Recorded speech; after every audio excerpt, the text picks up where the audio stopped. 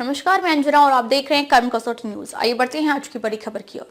प्यार, साजिश और कत्ल। हत्यारों ने सुपारी लेकर गलती से दूसरे बेगुनाह शख्स को उतारा मौत के घाट।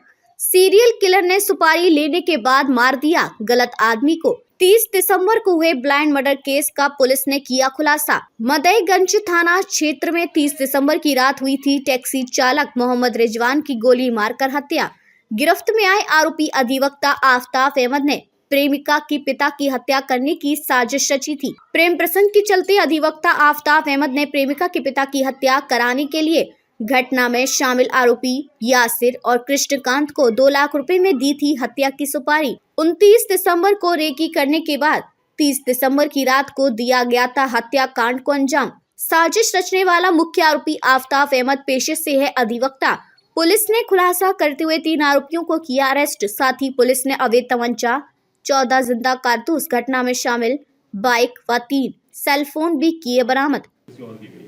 देखिए, इसमें बहुत सारे सर्विलांस का मदद लिया गया है। बहुत सारे सीसीटीवी फुटेज, 200 से अधिक सीसीटीवी फुटेजेस जो हैं वो खंगाले गए हैं और इसमें कई घंटों की फुटेजेस का एनालिसिस हुआ है, जिसके बाद हम जब कड़ी से कड़ी जोड़ते चले गए हैं तो इस नतीजे पर फाइनली पहुंचे हैं और जो मेंस रिया एक्टस रियस है वो स्टैब्लिश हुआ है। ठीक है मैम। देखिए, थाना मदेगंज क्षेत्र में 30 तारीख को संदिग्ध हालत में एक व्यक्ति जिनका नाम मोहम्मद रिजवान है, उनका शव बरामद हुआ था। उसके बाद इस संबंध में मुकदमा सुसंगत धाराओं में थाना मदेगंज में पंजीकृत हुआ। जब सर्विलांस टीम हमारी जो एसओजी है वो और स्थानीय पुलिस द्वारा जब इस घटना के अनावरण संबंधी कार्रवाई शुरू करी गई तो अंततः 3 व्यक्तियों की इसमें गिरफ्तारी हुई है। आफताब अहमद, यासिर और कृष्णकांत, जिनके द्वारा सुनियोजित तरीके से षड्यंत्र रच करके हत्या को अंजाम दिया गया है। घटनाक्रम कुछ इस प्रकार सामने आया है कि आफताब अहमद जो हैं वो ये मुख्य आरोपी हैं जिन्होंने योजना बनाई थी। इनका एक महिला के साथ संबंध होने की बात सामने आई है, जिनके पति और पिता दोनों की हत्या करने के संबंध में इन्होंने अपने परिचित यासिर से संपर्क स्थापित किया और पूरी योजना बताई और यासिर ने कृष्णकांत को इसमें शामिल करते हुए और घटना को अंजाम देने का फैसला किया।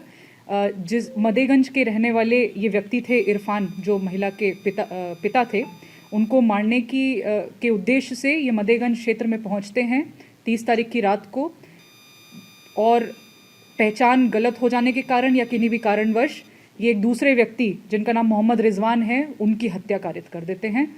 अवैध असलहा जो इन्होंने प्रयुक्त किया था उसको बरामद कर लिया गया है। इसके साथ ही कारतूस बरामद किए गए हैं, मोबाइल फ़ोन जिसके माध्यम से इन लोगों का आपस में संपर्क रहा, व्हाट्सएप आदि पर भी ये संपर्क में रहे थे योजना बनाने के दौरान और उसके बाद भी उसको बरामद किया गया है। मोटरसाइकिल जो प्रयोग करी गई थी उसको भी इस पूरी घटना में जो शामिल था बरामद कर लिया गया है। इस ब्लाइंड मर्डर का जो है सफल अनावरण आज पूरी टीम द्वारा किया गया है।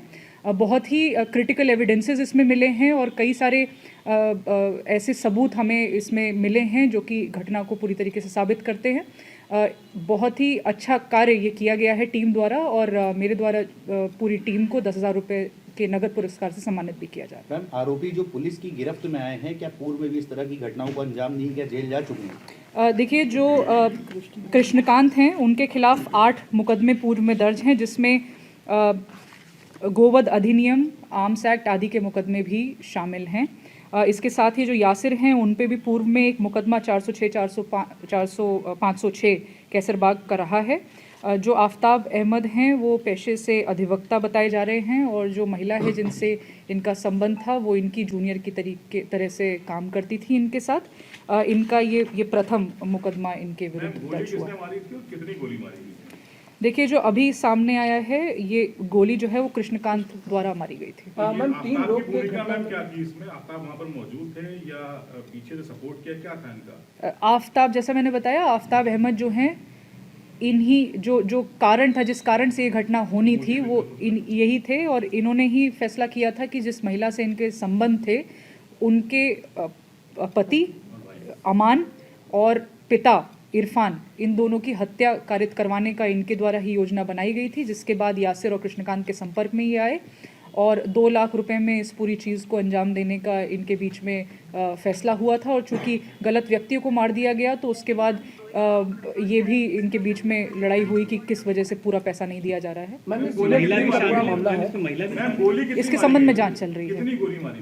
ये आपको और डिटेल्स उपलब्ध करा दी मैम, जाएगी। सीरियल किलिंग का ये पूरा मामला रहा है, 3 लोग रहे हैं, तीनों लोगों की अलग अलग भूमिकाएं रही हैं, तो किस तरीके से उसको चिन्हित कर रहे थे, कैसे मॉनिटरिंग करते हुए उस तक पहुंचे थे, हत्या करने के बाद जो शव था उसको ठिकाने लगाने की जो अगर बात की जाए, कैसे तीनों लोगों ने अलग अलग भूमिका निभाई थी? देखिए, इसमें रेकी करने के लिए जो अभी तक की इन्वेस्टिगेशन हुई है उसमें यासिर और कृष्णकांत मदेगंज क्षेत्र में गए थे और उसके बाद वहाँ पे इन्होंने चिन्हित कर लिया था कहाँ पे ये कार्रवाई की जानी है।